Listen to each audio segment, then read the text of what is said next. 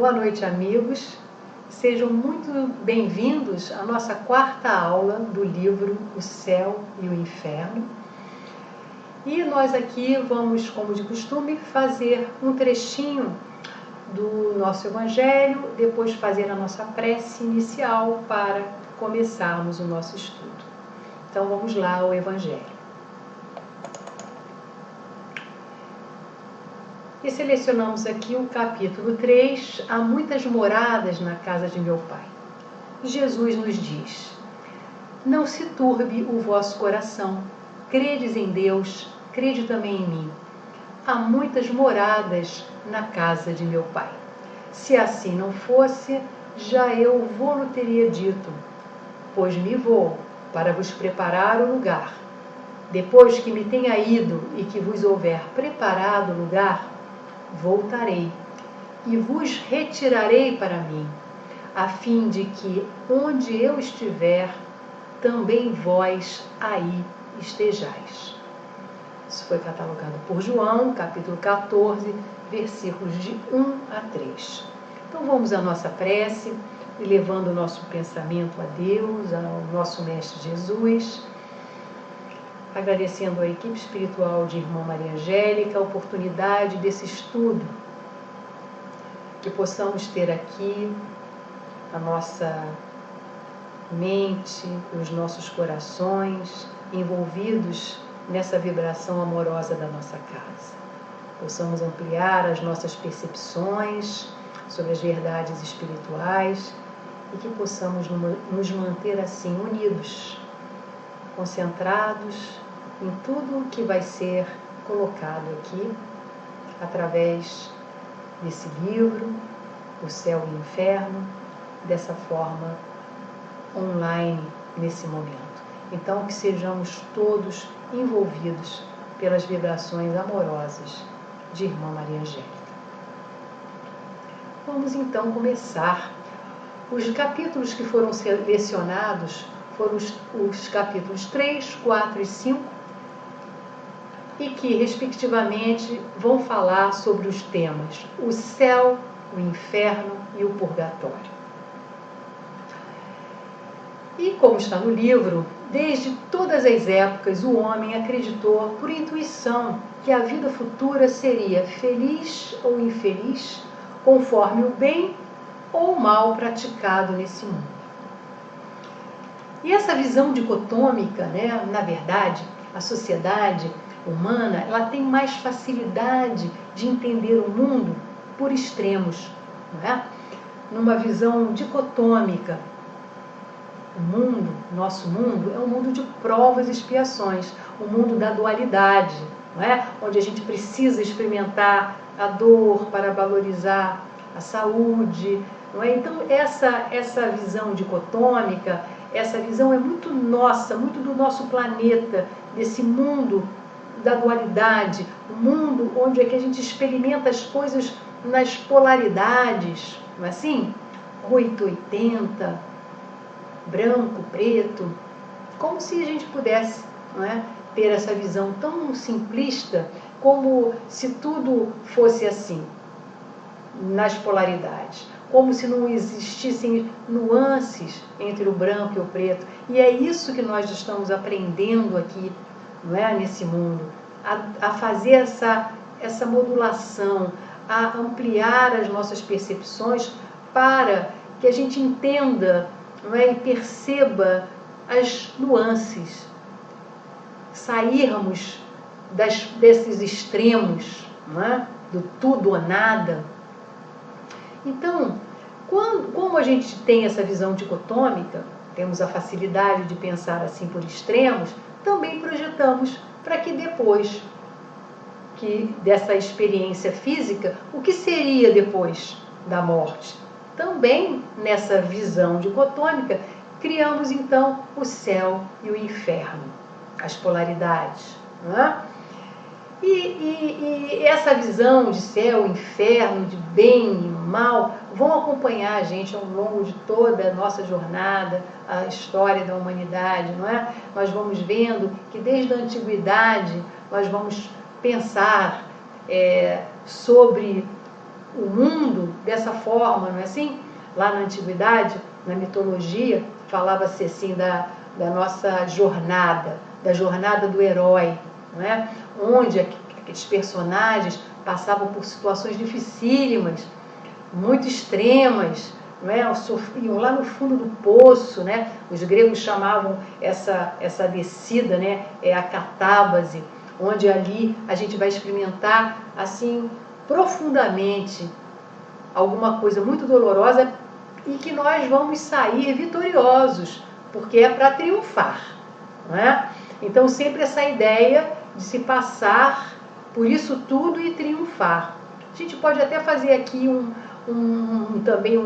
falar um pouquinho sobre isso na parábola do filho pródigo. Tem isso também. O filho pródigo, né, também é a jornada do herói ali, né, onde o filho sai, vai para a vida, vai para o mundo e passa pelas situações todas, vai lá embaixo, no fundo do poço e retorna. É o retorno do filho pródigo, né, onde ele faz a conversão, não é? E sai triunfante.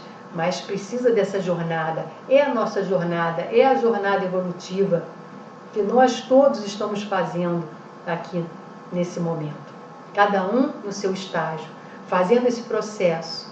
Um processo que é de autoconhecimento, autoaperfeiçoamento, rumo à autorrealização, né? Um dia chegaremos a experienciar a vida como um ser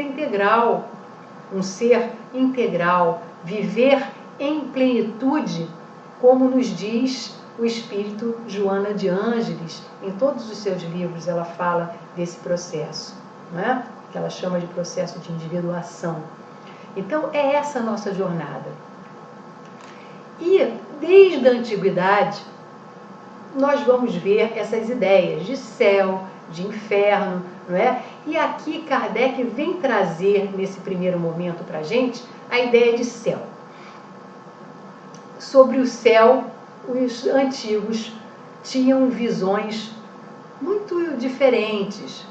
Kardec vai trazer aqui algumas para a gente, não é? Muitas religiões fizeram os seus céus, né, uma escalada.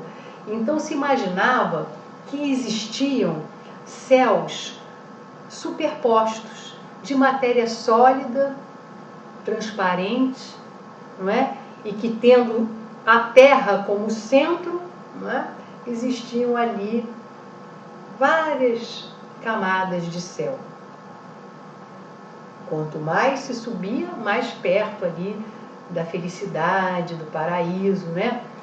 As religiões falaram, os muçulmanos, por exemplo, eles achavam que existiam 9 céus, outros 11. A própria teologia cristã reconhece 3 céus. E até a expressão que se usa muito, a pessoa está no 7º céu de felicidade, vem daí, desses conhecimentos aí dos antigos, que vem, né, desses nossos atavismos, a gente vem com essas frases, né? Então, estar no 7º céu de felicidade é estar muito bem, né? É estar lá em cima, né? Experienciando a vida de uma forma mais a felicidade mesmo, né? Então, esses vários céus, né, que se colocam para a gente aqui, que o Kardec coloca, as diferentes doutrinas relativas ao paraíso, elas falaram sobre esses céus, mas elas cometeram um erro, né, de considerar a Terra como o centro do universo. Então, colocando a residência afortunada, né, a morada afortunada, a morada também do Todo-Poderoso, lá nos confins da criação, em vez de no centro, onde o seu pensamento poderia irradiante abranger tudo. Mas o tempo vai passando, a ciência evolui, não é? Começam os conhecimentos, né, de equipamento, a astronomia, né, tem uma evolução aí, e que essas teorias todas se mostram falsas. A Terra não é o eixo do universo, a Terra é um ponto imperceptível entre um turbilhão de astros que rolam na imensidade, como está aqui no livro, né? Esses conhecimentos astronômicos geraram uma série de informações e de transformações, e então nessa imensidade limitada, e agora, onde está o céu? Em toda parte. Nenhum contorno lhe traça limites. Então, os mundos adiantados são as últimas estações do seu caminho, que as virtudes franquearam e os vícios interditaram. E ante essas questões todas, as religiões emudecem.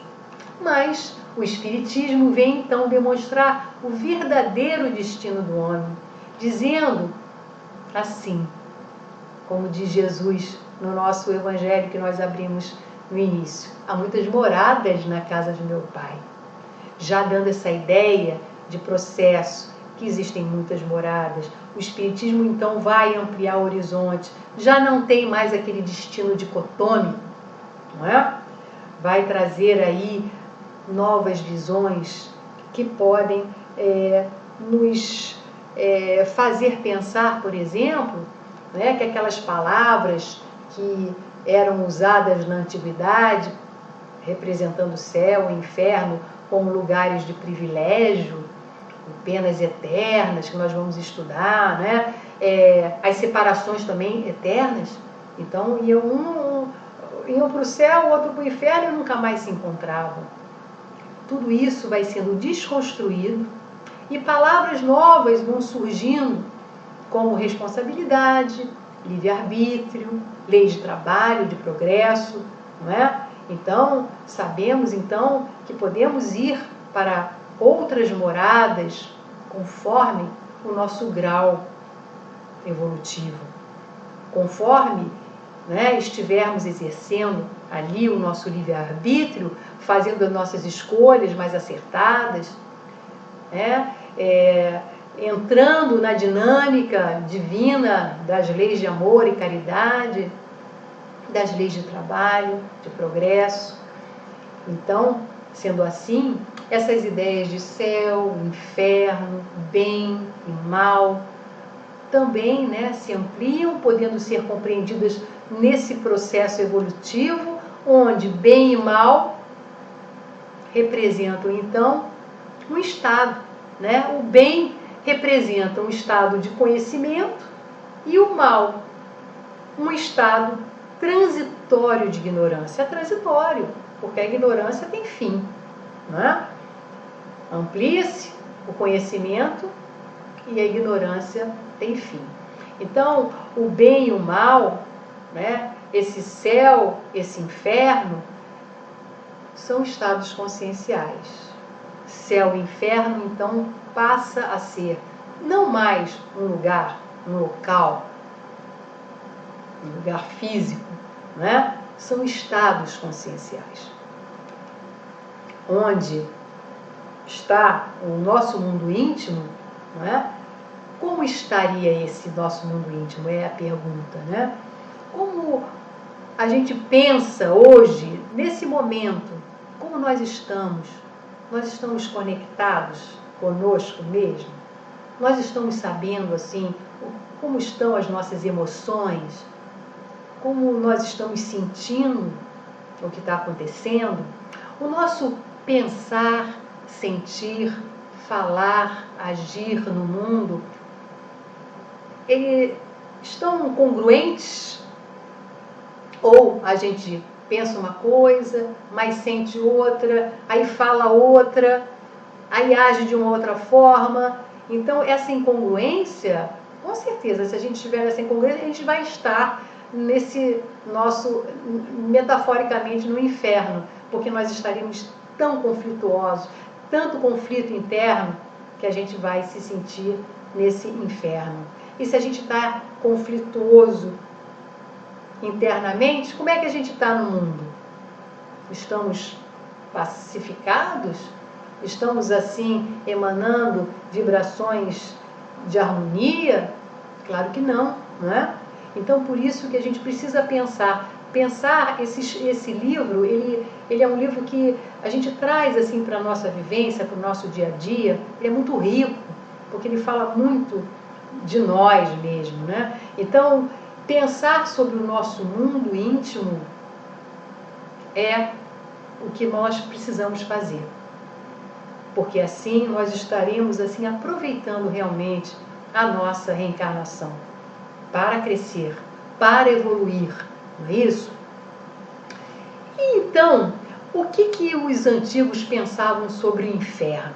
Não é? Assim como eles faziam a ideia de céus superpostos, aquela ideia de camadas, não é? E como seria o inferno para eles?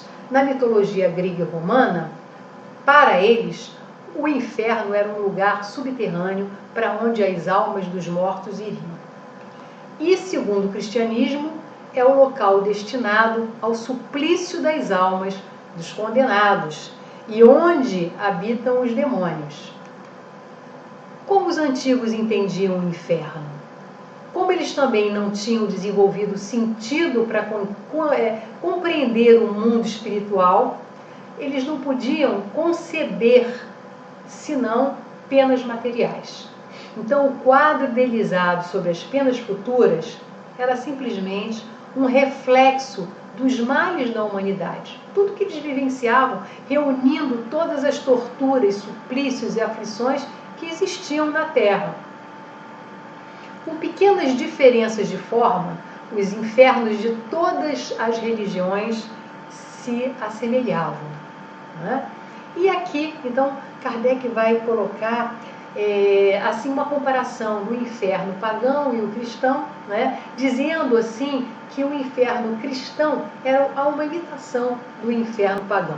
Algumas diferenças ali existem, mas que o inferno pagão, descrito e dramatizado pelos poetas, foi o modelo mais grandioso do gênero, né? Então ali, né, Homero, Virgílio, né, escreveram sobre, fizeram a sua representação, não é, de inferno, assim como os cristãos também, foi também descrito ali, os poetas, cantores, não é, Fenelon colocou também na sua obra As Aventuras de Telêmaco, ele também coloca ali aquele inferno aparecendo ali, aquelas situações torturantes, não é? É muito interessante. No livro O Céu e o Inferno, a gente até deixa aqui como um dever de casa, ler o capítulo, esses 3 capítulos, porque é muito extenso e tem todos os detalhes dessas histórias, né, do inferno cristão e o inferno pagão. É muito interessante. Fica aqui, a gente sempre indica que as pessoas leiam também os livros, assistam a aula online, mas não deixem de ler os capítulos integralmente, porque tem muita coisa ali para a gente poder analisar. Então, nesse inferno cristão e pagão, a gente pode perceber numerosas analogias. Por exemplo, o fogo material, que existia em ambos, não é? Existiam também as diferenças. Por exemplo, o inferno pagão, os suplícios desse inferno eram colocados sempre de forma individual, não é? Então as pessoas sofriam, mas elas sofriam as torturas individualmente. E no inferno, e esse inferno era comandado na mitologia romana por Plutão. E no inferno cristão, os suplícios eram coletivos. Então eram grupos, não é, de almas ali sofrendo, queimando ali juntas, não é? E Satã ali era o rei desse inferno. Então aqui algumas imagens, né, como ali a roda de Ixion, aquele inferno pagão, individual, onde os sofrimentos eram individuais, e aqui a imagem de um inferno cristão, onde num caldeirão muitos sofrem ali, não é? Então, assim, os pagãos e os cristãos colocavam o reino da felicidade e em regiões superiores. Eles se assemelhavam nisso. Pagãos e cristãos colocavam a felicidade sempre no alto em regiões altas, superiores, e reservavam para o inferno os lugares baixos. Não é? Sempre aquela ideia de embaixo o inferno, acima o que é superior, não é? O que exige ali uma escalada, uma subida, um esforço mesmo, né? Então, localizados o céu e o inferno para as seitas cristãs, né? Elas admitiram que só existiam duas situações para as almas. Olha as polaridades, né? Ou a felicidade perfeita ou o sofrimento absoluto. Também tinha um local, eram os limbos, onde ficariam para sempre a criança e o selvagem. Então, como eles não teriam cometido algo que pudesse ir para o inferno, também não podiam ir para o céu, ficava ali no limbo. Era uma região ali onde eles iam ficar sem sofrerem e nem gozarem das bem-aventuranças. Ora, isso, né, a simples lógica repele uma tal doutrina em nome da justiça de Deus que se contém integralmente nas palavras do Cristo, a cada um segundo as suas obras. E agora, então, nós vamos entrar no purgatório, nessa região, né, que, pela definição lá no dicionário, purgatório, né, é o que purga, limpa, purifica, purificatório, expiatório. Expiatório é a palavra, né, que a gente espíritas saber, nós estamos no mundo de provas e expiações, nós estamos expiando, né? Processo expiatório que nós estamos fazendo aqui no mundo, né? O que é expiar? Ex, esse prefixo de ex, colocar para fora, né? Expio, pio não é a onomatopeia do pintinho, né? É pio, é o que é caridoso, não é? O que é piedoso. Então, colocar o que nós temos para fora, de piedade, de caridade, é esse o processo. Então, a gente sofre e com esse sofrimento a gente faz reflexões, faz transformações e ali a gente consegue, então, colocar para fora o piedoso, né? A caridade, a piedade, tudo isso. Então, olha só como esse processo, ele é para limpar, não é? E o purgatório é apenas uma posição intermediária e passageira à mansão dos justos. Os evangelhos, eles não mencionam o purgatório, que só foi admitido pela igreja no século VI. E lá no purgatório, o purgatório vai estabelecer penas menos rigorosas e resgatáveis para as faltas de gravidade mediana. Vai botar ali uma aguinha, né? Vai abaixar aquelas labaredas, porque quem comete faltas medianas não vai para o inferno, não é? Já tem ali uma região para expurgar. E sem o purgatório, o que iria acontecer? Só havia para as almas duas alternativas: ou elas iam ficar na suprema felicidade ou no eterno suplício. E dessa forma, né, sabemos que as almas, né, essas almas, né, ou elas compartilhariam da felicidade dos eleitos, ainda sendo imperfeitas, ou sofreriam o castigo dos maiores criminosos, ainda quando não houvessem feito mal algum. Então, o que não seria nem justo nem racional. Dante Alighieri, na sua obra Divina Comédia, ele vai fazer ali, né, uma representação, vai escrever sobre o que ele acha, o que ele vai criar, né, o seu purgatório. E ele vai fazer o purgatório ali, para ele, é uma ilha que tem vários níveis, como a gente vai vendo ali. Lá em cima, a gente vê lá uma vegetação como sendo ali o paraíso, né? O estado de felicidade que a gente pode chegar. E as etapas são as etapas onde nós, as almas, purgaríamos as nossas imperfeições. Não é? A gente vê até lá em cima, na penúltima ali etapa, um foguinho, assim, umas labaredas. Não é o inferno ali. O inferno não é nesse lugar. O inferno é nas profundezas, em outro local. Ali, nessa penúltima etapa, seria onde nós iríamos expurgar a luxúria. Então, cada andar a gente expurgaria alguma imperfeição humana. Podemos tem até uma certa semelhança com os 7 pecados capitais da Igreja Católica, né? A luxúria, né? A vaidade, a avareza. Então, em cada etapa ali a alma vai se livrando, vai expurgando aquilo que ela ainda tem, não é? Até poder chegar lá no topo, onde vai poder experienciar ali uma felicidade. Então, o que seria das almas culpadas de ligeiras faltas, não é? Se não fosse ali o purgatório, esse local, não é? E como é que essas almas poderiam sair desse lugar? Porque poderia sair, né? É para sair, porque vai expurgar e sair. E como é que as almas receberiam essa ajuda para sair? Através das preces.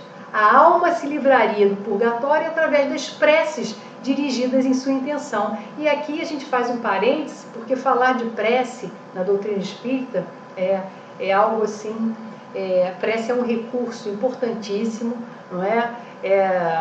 Para o Espiritismo ela está elevada à categoria de dever mesmo, de dever de caridade. Então, a prece é um recurso importante. Nós aqui nesse momento, nós estamos vivendo um momento muito complexo da humanidade, né, do planeta. Então, precisamos fazer prece.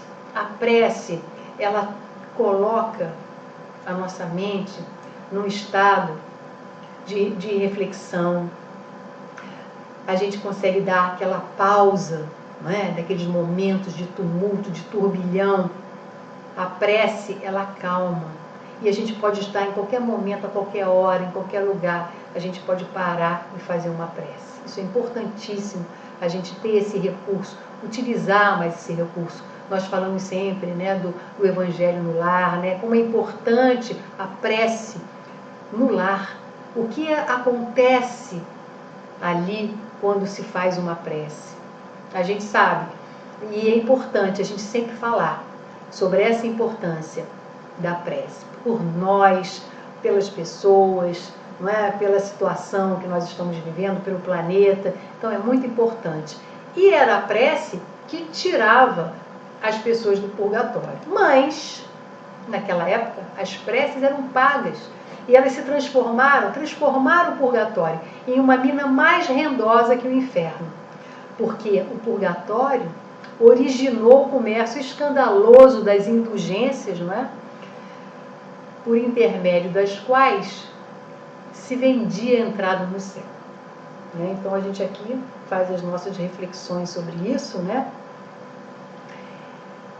Então, jamais foram determinados e definidos claramente o lugar do purgatório e a natureza das penas aí sofridas.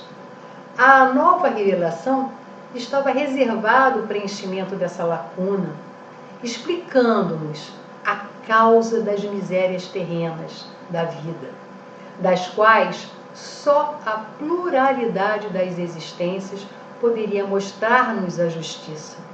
Né? Então, nessa ideia de processo evolutivo, né, onde nossa consciência amplia, nós vamos ali ampliando o nosso nível de entendimento sobre as coisas, as percepções são alargadas, a consciência se expande, e aí sim nós vamos poder ter uma visão melhor para termos o arrependimento, porque é um processo, consciência, arrependimento e reparação. É assim que se dá, não é? a evolução.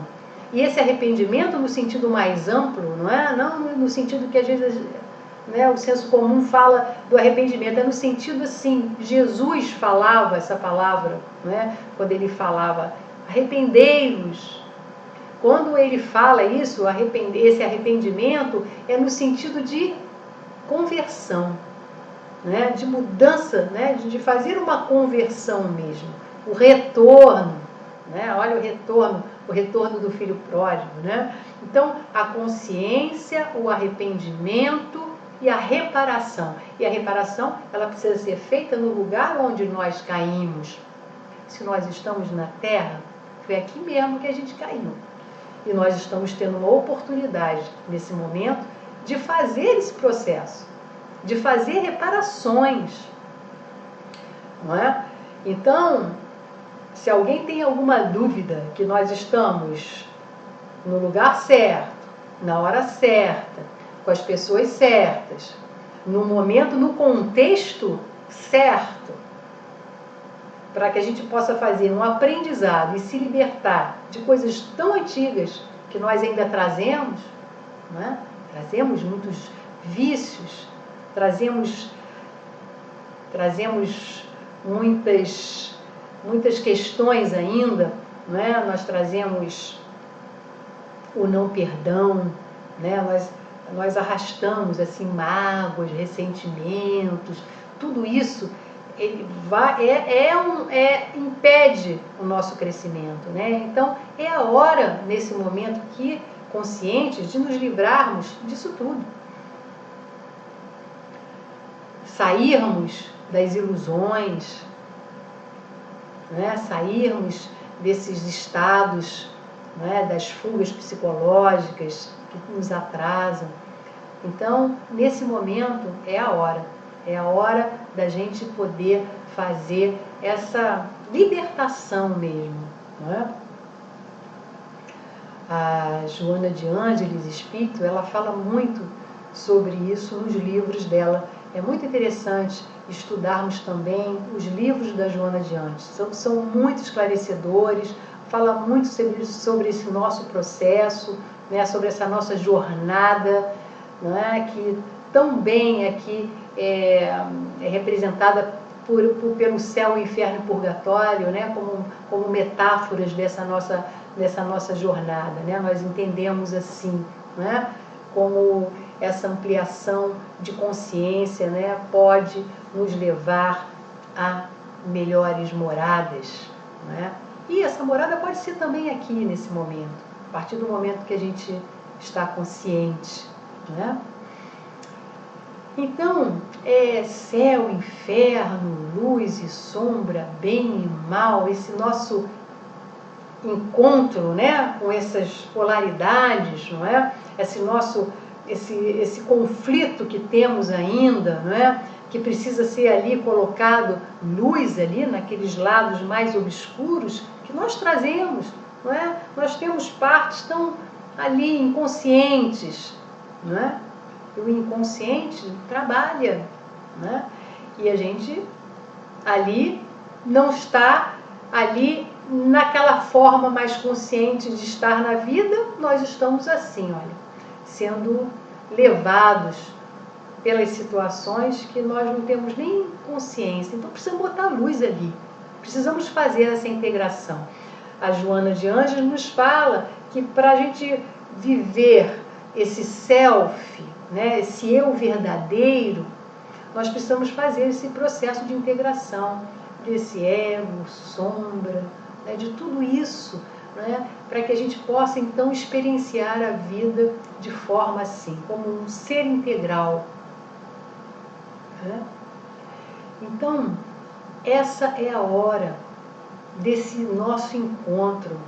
Esse encontro é conosco mesmo. Essa luta, essa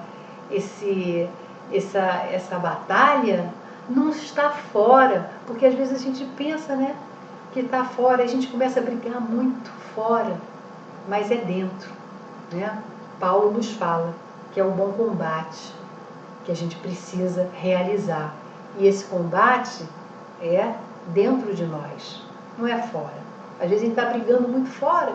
A gente está precisando fazer essa integração, ter mais consciência dessas nossas facetas, para, enfim, poder estar assim mais conscientes, mais inteiros, não é?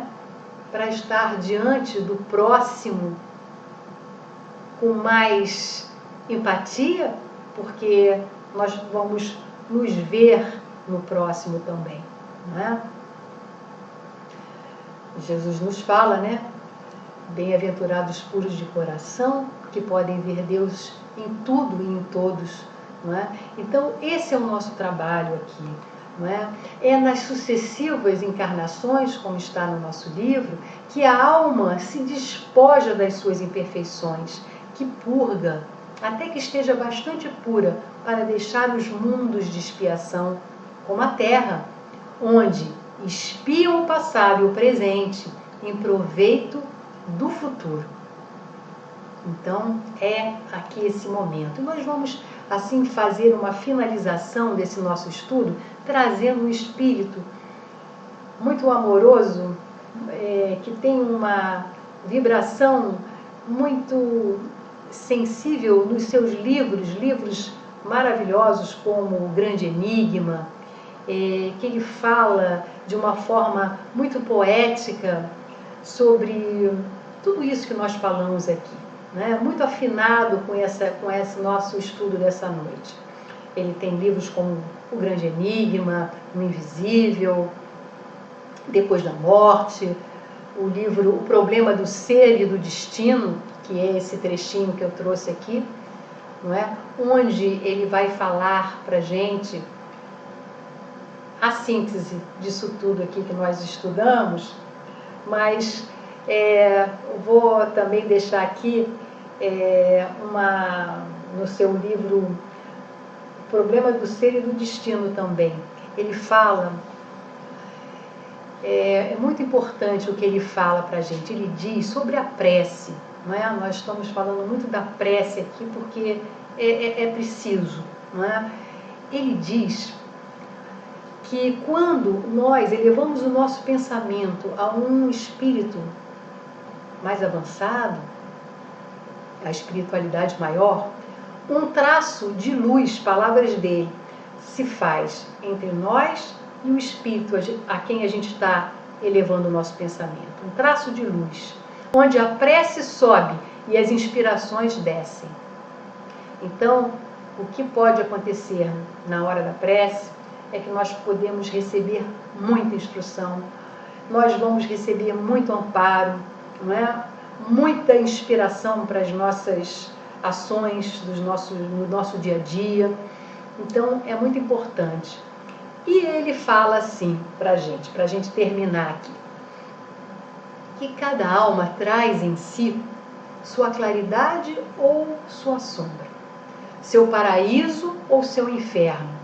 Mas lembremos-nos de que nada há irreparável. A situação atual do espírito inferior não é mais do que um ponto quase imperceptível na imensidade de seus destinos.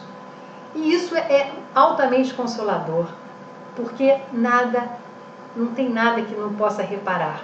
Nós estamos aqui nesse momento para fazer as reparações, não é? Então, nada há irreparável.